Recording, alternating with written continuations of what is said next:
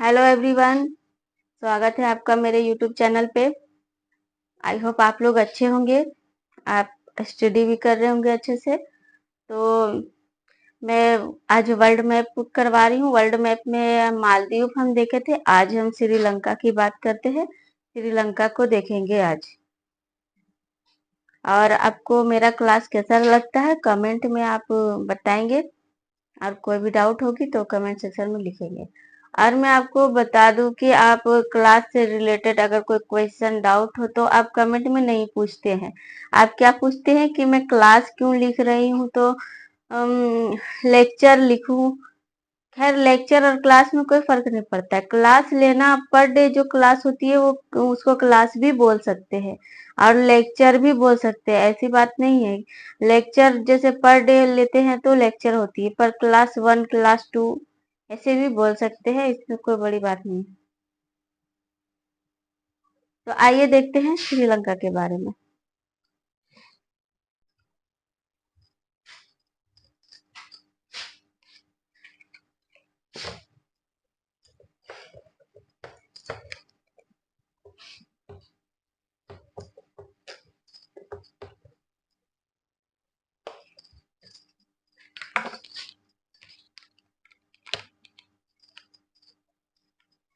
तो आज हम श्रीलंका के बारे में जानेंगे।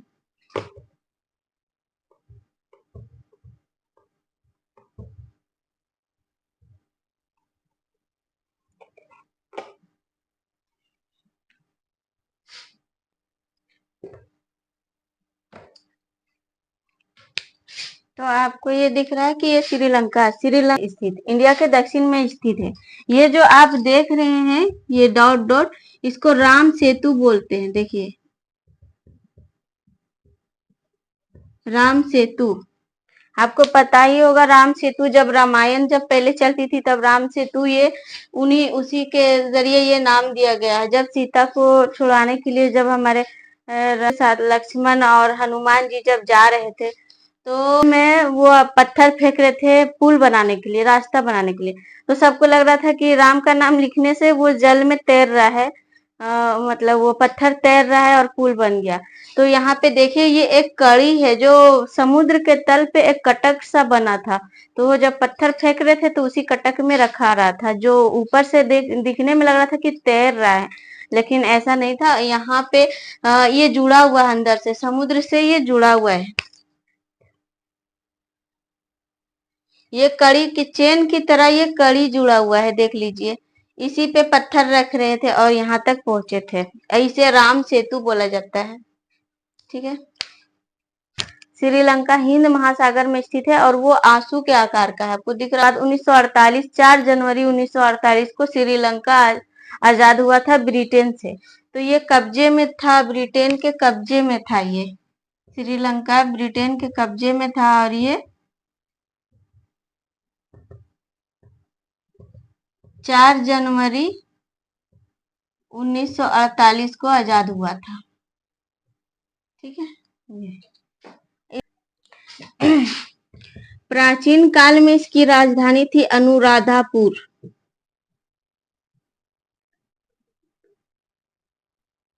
पहले, सबसे पहले प्राचीन काल में, प्राचीन काल में अनुराधापुर इसकी राजधानी थी। और उसके बाद जब राजधानी बनी तो वो कोलंबो थी।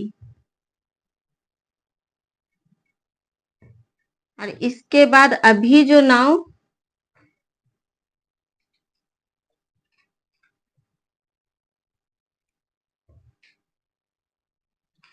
अभी इसकी राजधानी श्री जयवर्धनपुरम।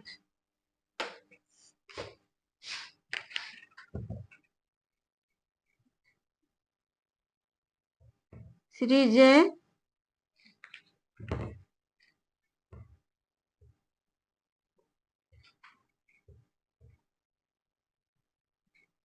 श्री जयवर्धनपुरम है। यहाँ पे एक बंदरगाह है, देखिए, इसको हम्बन टोटा बोला जाता है। हम्बन टोटा, ये एक बंदरगाह है। इसको चीन विकसित किया है, चीन बनाया है। पूरा ध्वस्त हो गया था युद्ध के कारण, इसको चीन फिर इसको फिर से मतलब रिपेयर करके बनाया इसको, बहुत बढ़िया, बहुत सारे कर्जे दे करके इसको। और बनाने के बदले वो हम्बन टोटा को खुद मांगता है कि हमें दे दो, ताकि यहाँ से आने जाने वालों पे नजर रख सके, इंडिया पे भी नजर रख सके। श्रीलंका के उत्तर में बहुत इम्पोर्टेंट है, ये इसलिए है क्योंकि यहाँ पे लिट्टे समस्या हुई थी।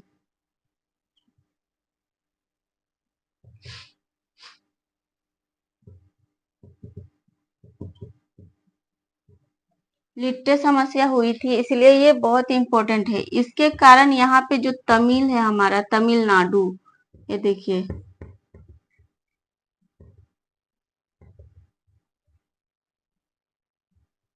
ये तमिलनाडु जो है, तमिलनाडु और ये लिट्टे, यहाँ पर भी तमिल जनसंख्या थी और यहाँ पर भी तमिलनाडु, तो ये दोनों अपने आप को एक राष्ट्र समझते थे। इसी के कारण ये इनसे अलग राष्ट्र मांगना चाह रहे थे और ये इनसे अलग राष्ट्र के लिए लड़ रहे थे। तो ये दोनों आपस में एक राष्ट्र समझते थे, अपनापन इन्हें महसूस होता था। और मैं अभी इसकी कहानी बताऊंगी आपको। यहाँ पे एक पर्वत है, देखिए, ये एलिफेंटा दर्रा यहाँ पे एक है।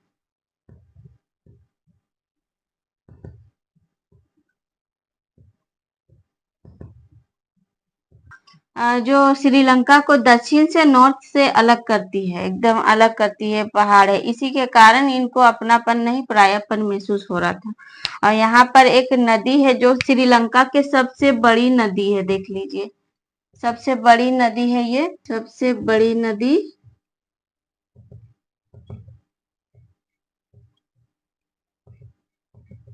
महाबली गंगा, जिसकी लंबाई 335 किलोमीटर है। ये श्रीलंका की सबसे लंबी नदी है, सबसे बड़ी नदी। आप समझ रहे होंगे, आई होप कि आप ये मैं जो बता रही हूँ, ये अभी इसको बना के उसके बाद फिर से मैं आपको एक्सप्लेन कर दूंगी अच्छा से, ठीक है। ये यहाँ की उच्च भूमि है श्रीलंका की, देखिए,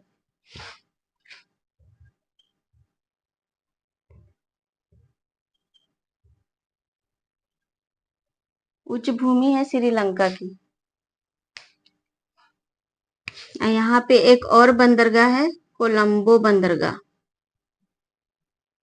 और ये जो एरिया है आपका, ये एरिया में 80% ज्यादा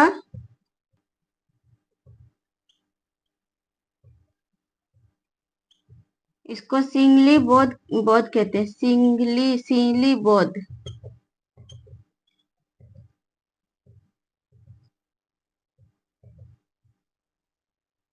सिंगली बौद्ध कहते हैं।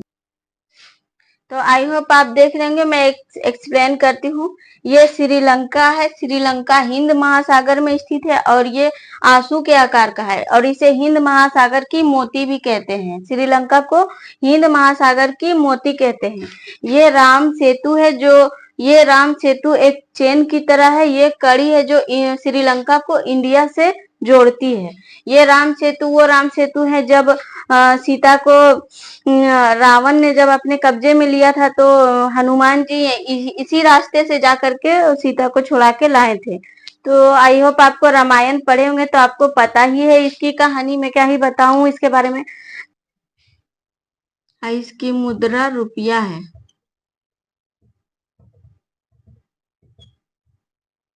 रुपया है, श्रीलंका की मुद्रा रुपया है।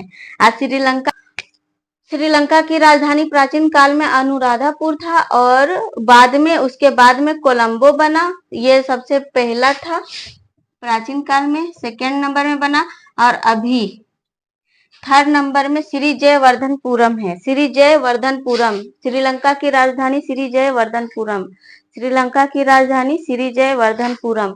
आई होप कि आपको याद हो गया होगा।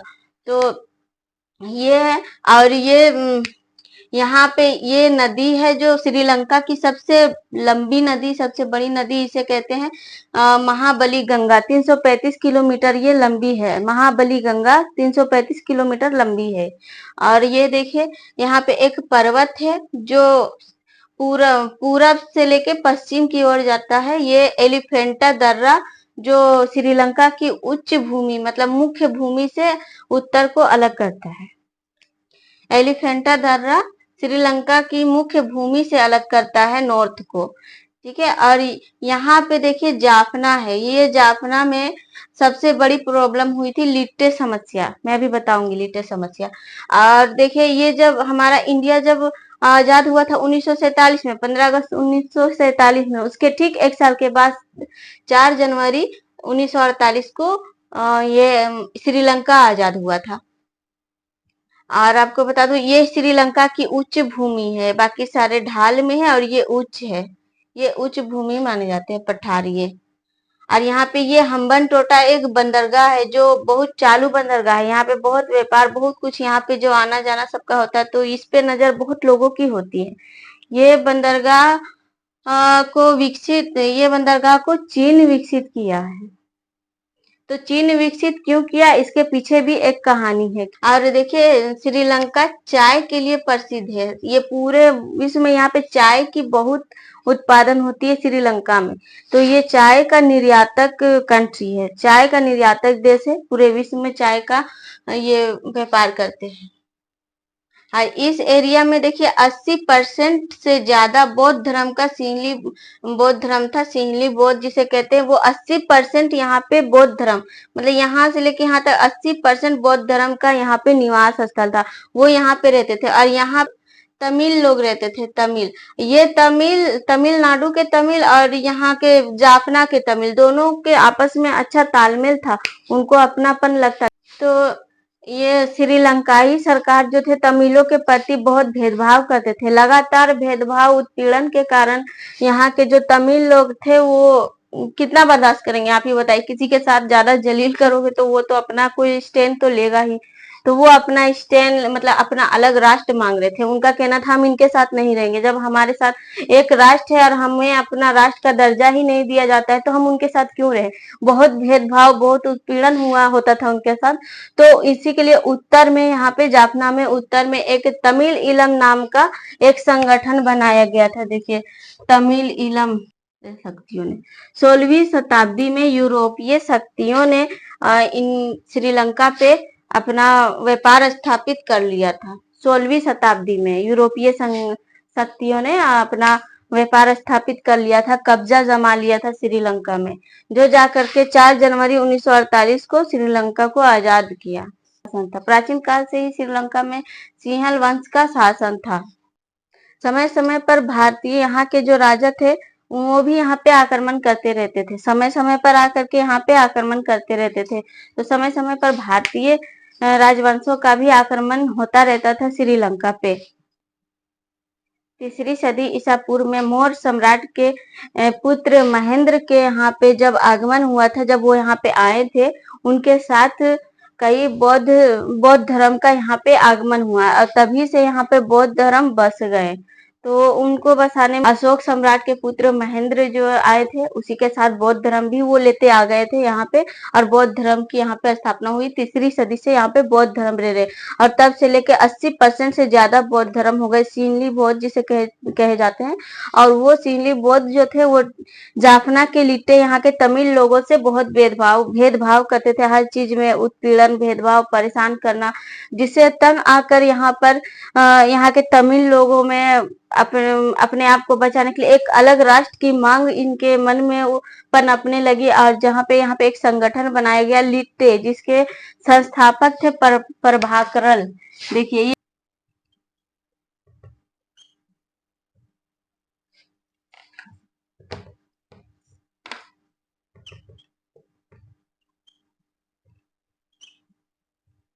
संस्थापक प्रभाकरल थे।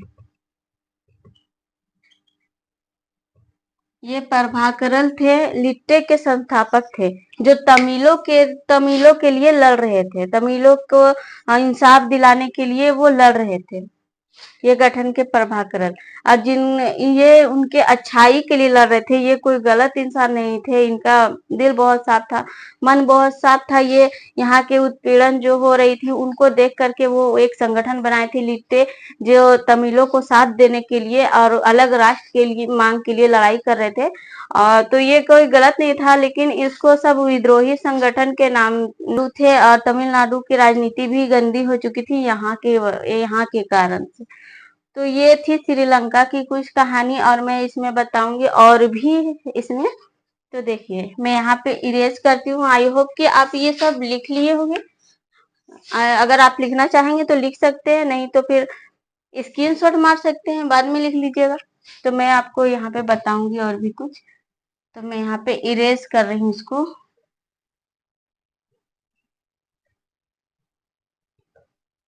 फॉर्म में लिख देती हूँ।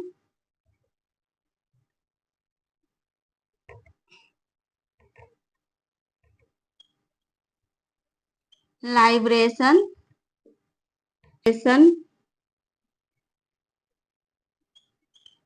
टाइगर्स ऑफ तमिल इलम।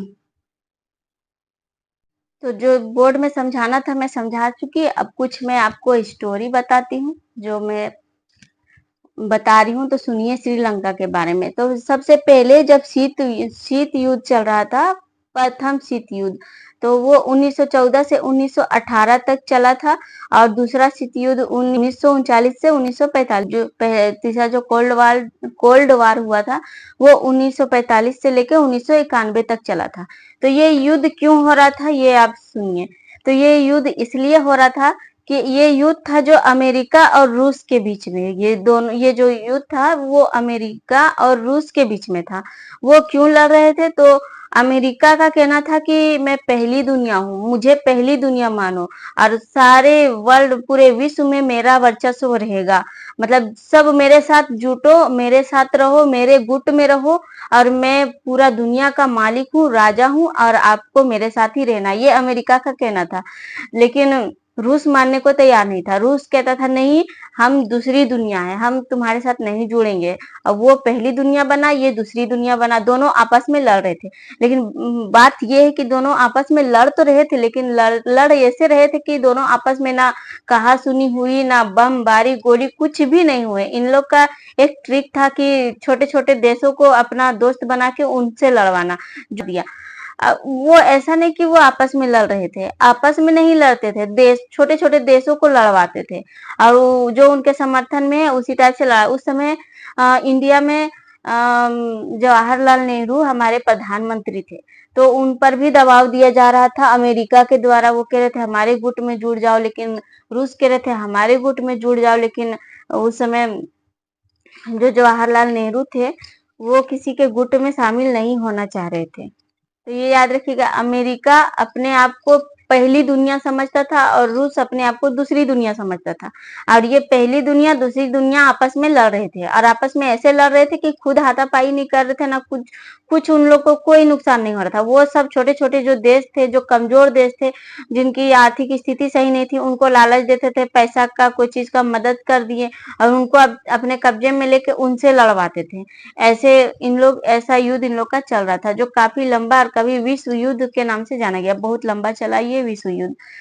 तो जो उस समय जब ये युद्ध चल रहा था, तो हमारे इंडिया में उस समय जवाहरलाल नेहरू थे यहाँ के प्रधानमंत्री। तो उनको भी अमेरिका के द्वारा बोला गया कि आप हमारे गुट में आ जाओ, रूस के द्वारा बोला गया कि नहीं आप हमारे गुट में आ जाओ। लेकिन वो बोले कि नहीं, हमको किसी के गुट में नहीं जाना, हमें स्वतंत्र रहना, हमें स्वतंत्र राष्ट्र चाहिए। तो बोला नहीं, अगर आपको यहाँ रहना है दुनिया में, तो आप किसी न किसी गुट में आपको मिलना होगा। वो बोले नहीं, हम अपनी तीसरी दुनिया बनाएंगे।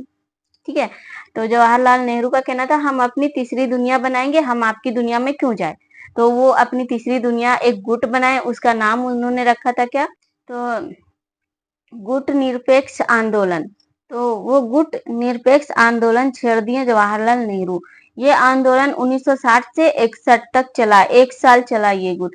इसमें इसमें जवाहरलाल नेहरू का कहना था हम अपनी अलग दुनिया बनाएंगे, हमारी तीसरी दुनिया होगी, हम ना आपके साथ जाएंगे ना आपके साथ जाएंगे, हम अपना अलग दुनिया बनाएंगे, ठीक है। तो उस दुनिया में उनका नाम था मतलब गुट निरपेक्ष आंदोलन, और उसका साथ 4 देश दे रहे थे, 4 देश इंडिया का साथ दे रहे थे, जवाहरलाल नेहरू का साथ दे रहे थे। तो वो साथ देने वाले जो थे वो, ठीक है, ये 4 गुटों का मतलब 4 देशों का एक गुट बना था। मिस्र, इंडोनेशिया, यूगोस्लाविया और भारत। मिस्र, यूगोस्लाविया, इंडोनेशिया और भारत, ये 4 देशों का एक गुट बना था। मिस्र में आपका कर्नल नासिर थे उस समय, वहां के प्रधानमंत्री जो भी है, तो वहां से वो सपोर्ट कर रहे थे जवाहरलाल नेहरू का, मिस्र से कर्नल नासिर, और इंडोनेशिया से अहमद थे जो सपोर्ट कर रहे थे, और यूगोस्लाविया से मार्शल टीटो थे, और भारत से जवाहरलाल नेहरू, ये चारों मिलकर एक गुट बनाए, और ये अपनी लड़ाई खुद लड़े थे। इनका कहना है कि हम अपनी अलग राष्ट्र बनाएंगे, हम किसी के साथ नहीं जाएंगे। तो ये था, 4 लोगों का ग्रुप बनाया गया था।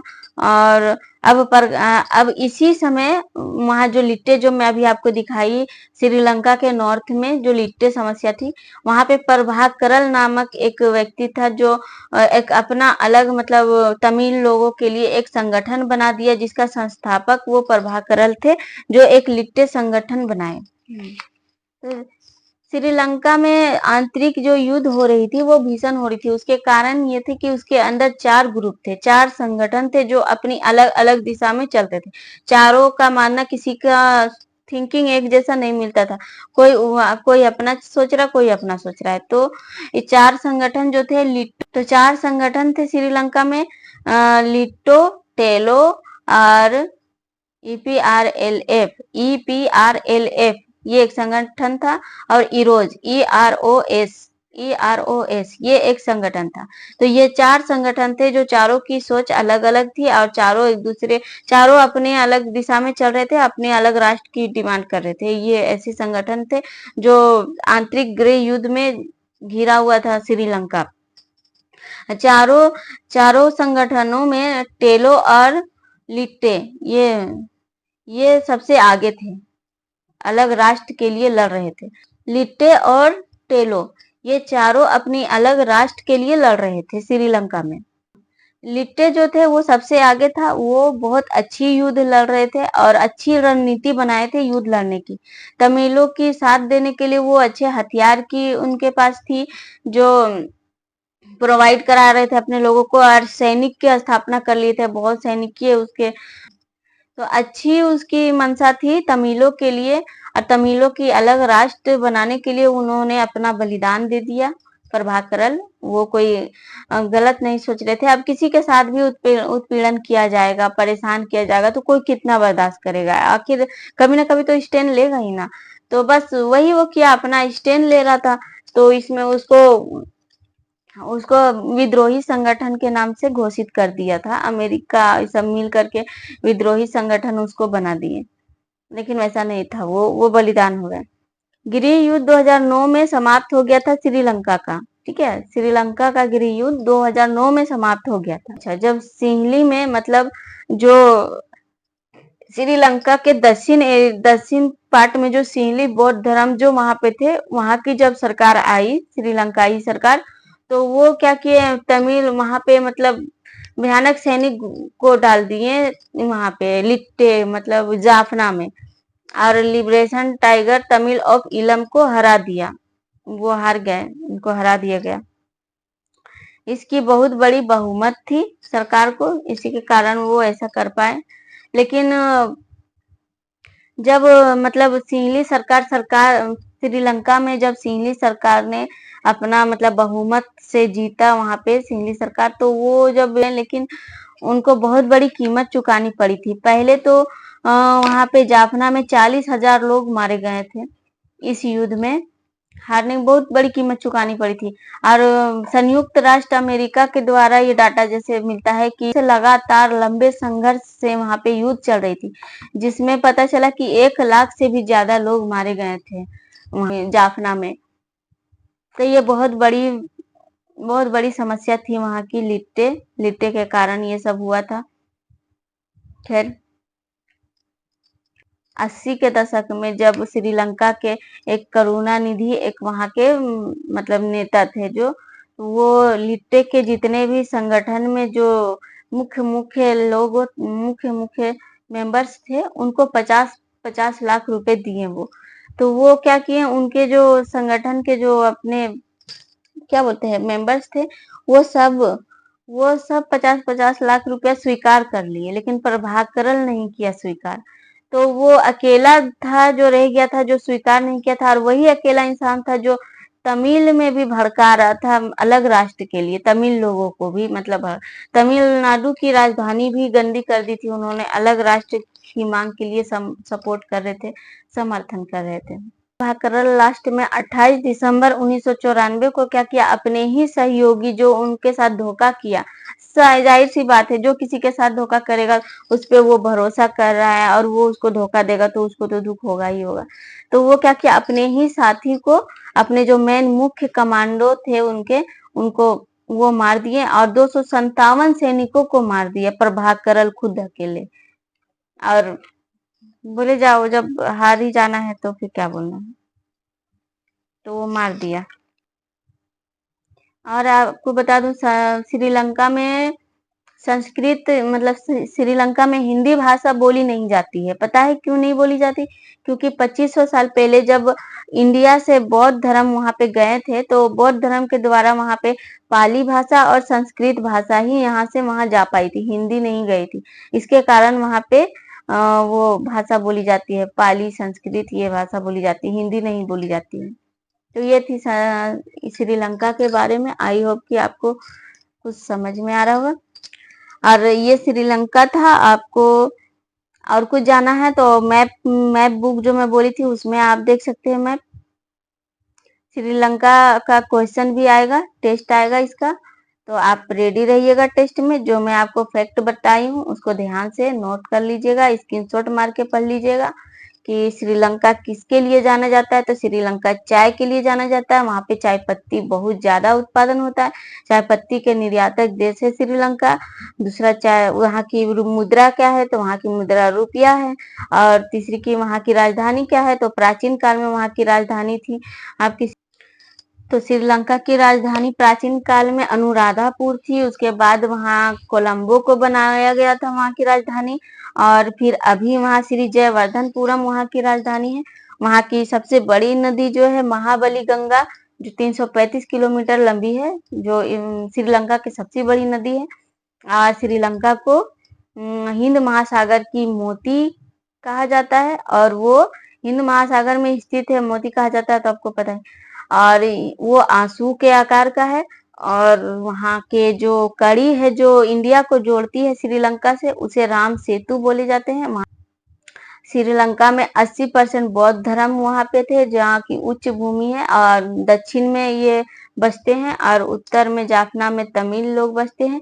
यहाँ का यहाँ पे एलिफेंटा दर्रा है जो श्रीलंका की उत्तर से दक्षिण की मुख्य भूमि को अलग कर देता है। और आई होप कि आपको समझ में आया होगा, तो अच्छा से आप पढ़ के आएंगे और इसका टेस्ट भी दीजिएगा। चलिए मिलते हैं नेक्स्ट क्लास में। जय हिंद।